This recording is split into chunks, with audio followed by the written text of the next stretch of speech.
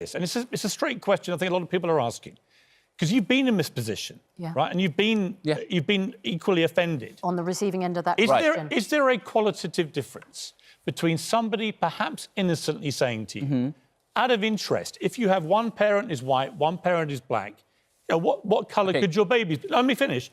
What colour could your baby be? Is there a difference between that question phrased in that innocent, perhaps, way, and somebody doing it in a tone that says, well, how dark is your baby going to be? Well, I think, in a derogatory, perhaps racist right, tone. Exactly, and there is a difference. But what we're getting from the interview is that it was said in a negative way. She said that, but he didn't, did he? Listen, stop separating Harry and Meghan. They are a team, quite clearly, a very strong team. And I do believe that she backs him up and he backs her up. Right. So, and like I said, tone and language is everything. But is there a difference? When it was said to me, the key word was, are you worried? Right. Yeah. Right. Okay? But that to me is racist. And there's a big difference. That to me is racist. But that's what she is reports. racist. Do you think it's racist? It's a legitimate question many people have asked. Is it racist, do you think, if for argument's sake it was William or Charles? Let's not put a name to this person. We don't know. And part of the problem, and I know you agree with me about this, it'd be easier if they just said who it was. Right. Right? I'll come to that. But is there a difference? If it was said, perhaps in all innocence, right, and they just said, oh, what colour baby might you have, without any suggestion of it being a concern or a worry if it had darker skin, would that in itself, would just the question be racist? That in itself is fine, but you have to think about how it feels on the receiving end, because what we're speculating is as to how that message... I don't know how it was communicated. Right, what I would say to you is, if it was done as a worry or concern... We also have to take into consideration how it felt. The other thing that we also have to think about, and I have publicly said this on Twitter, Piers, I agree with you now that I feel that they should have named the person, because all it's led to is all of us asking loads of questions, and I personally am looking at the royal family as to which one could Who's the racist, Who's the racist? But again, we have to also just take a step back. Do you know how much courage it takes to actually speak about racism, to actually call it out? Because I've been in situations where I haven't called out every single bit of racism that's happened to me based on how I've been treated or how it was handled in the past. Because you're worried about a backlash. And you're also worried about a backlash. And there will be people that will treat Harry and Meghan differently because they've spoken out. OK. But this is the whole thing. We've got to get comfortable talking about the uncomfortable. And that's why it's important for me and you to have this conversation. Fine, but let's just not make it personal then. It's fine. It's not... You made it personal. But let's move on from that. It's hard because, Alex, you know what, we talk personally about, you know, people on this show and we give our opinions on them, don't we? So actually, sometimes it does come back at you. We have to be, you know... It's fine. It's just the way it was done. We can disagree about that. Let's move on. Well, it's fine. I don't think people really care too much about you and me anymore. It's not about me and you, and I'm not here because... Well, let's not talk about me and you then. Let's move on to the second part of their charge of racism. Meghan Markle said that there was a decision taken by the palace to stop Archie being a prince based on his potential skin colour. That is completely untrue.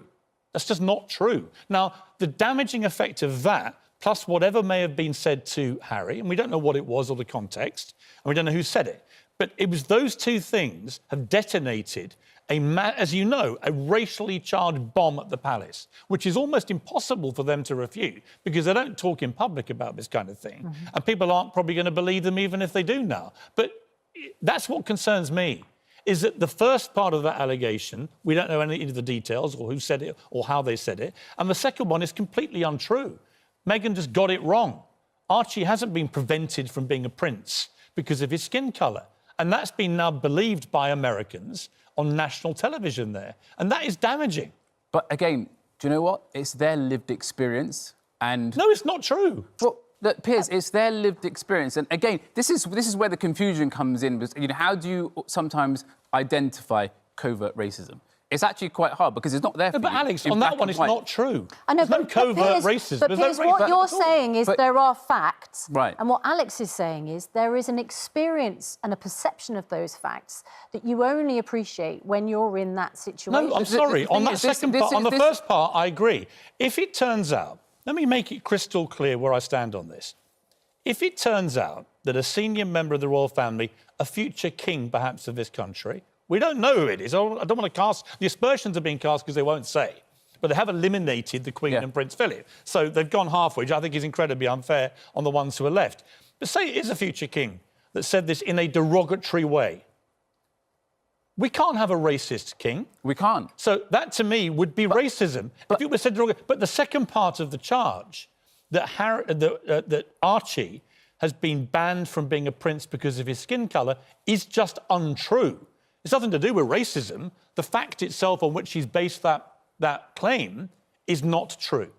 Except her perception appears to be that it might have been... Well, it's like me saying the sky's blue outside. Race. My perception is it's raining. You can't muck around with facts. She got the facts wrong on that. It's been demonstrated today in every paper that fact is simply untrue. There's been no discrimination against Archie in terms of being called a prince because of his skin colour, because he's not entitled at the moment to be called a prince. Just the rules of the palace. Set 100 years ago. The trouble is she's explaining her experience. Exactly, she's explaining her experience of it. And you know what? We've not walked in her shoes, so I wouldn't... I don't care what your experience is, if the facts you're basing it on is wrong. You're still entitled to perception. You know, not about a fact or not. And that's also coming through lived but Alex, experience. on that one, you're not entitled to... I don't care about her feelings if the fact is wrong. What concerns me more is the comment about the colour of the baby's skin.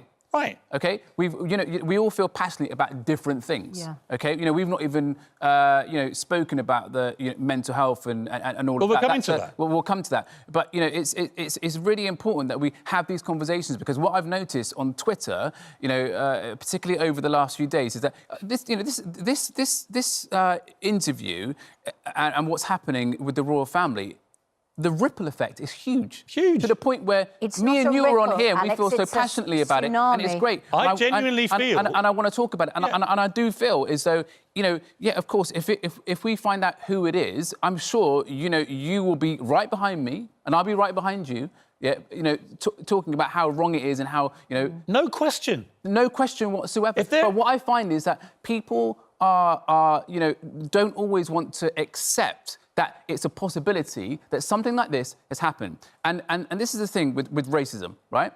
Racism isn't always caught on camera. Racism isn't always a black man led on the floor with a white police officer's knee in his neck. Mm-hmm. It comes in all different shapes or forms. What I want to see is the same energy that we had back in the summer right now. Yes, but OK, but let me just put a little dampener on this, right? One of the two charges of racism, perhaps the most incendiary, that actually he was being discriminated against, because the Queen decides all the titles. So what she was basically saying is the Queen's a racist who stopped Archie being a prince because of his skin colour. We know that is completely untrue. So I don't know that the Queen's a racist.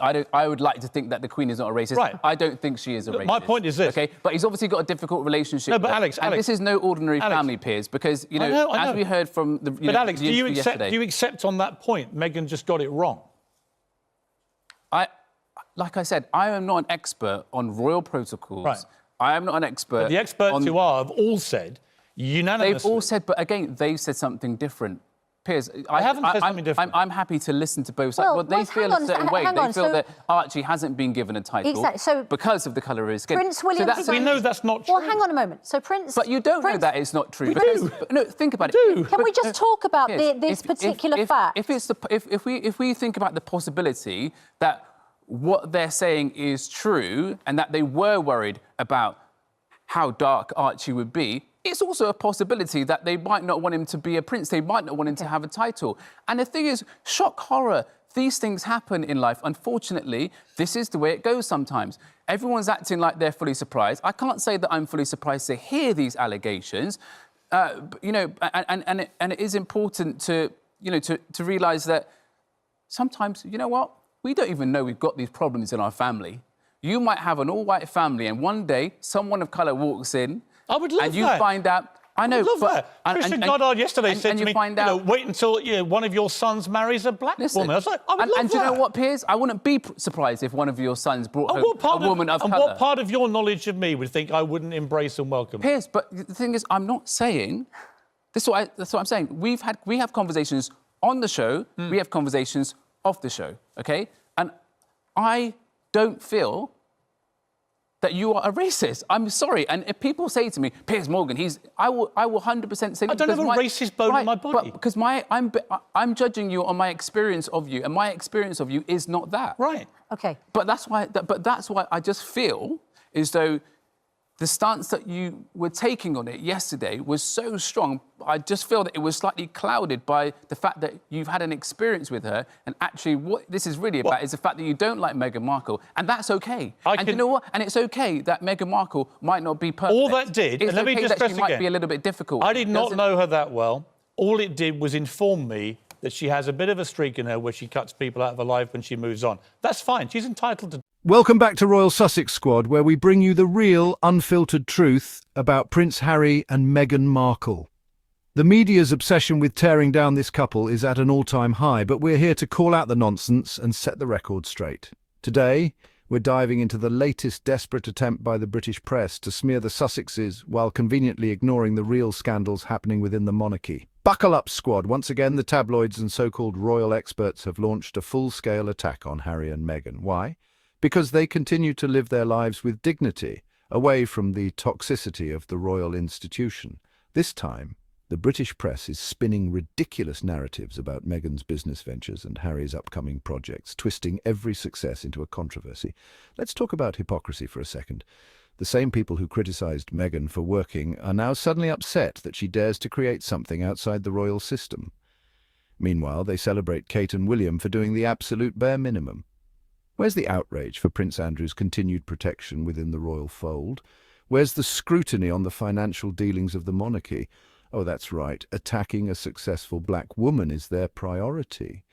And let's not forget the latest conspiracy theories about Harry's memoir and potential second book. Apparently, being truthful about his lived experiences is disrespectful to the monarchy. But when Prince Charles wrote a tell-all about his failed marriage, it was seen as brave and necessary. The double standards are glaring. The truth is, Harry and Meghan's independence is a direct threat to the outdated royal system. They are proof that you don't have to be controlled by the firm to thrive.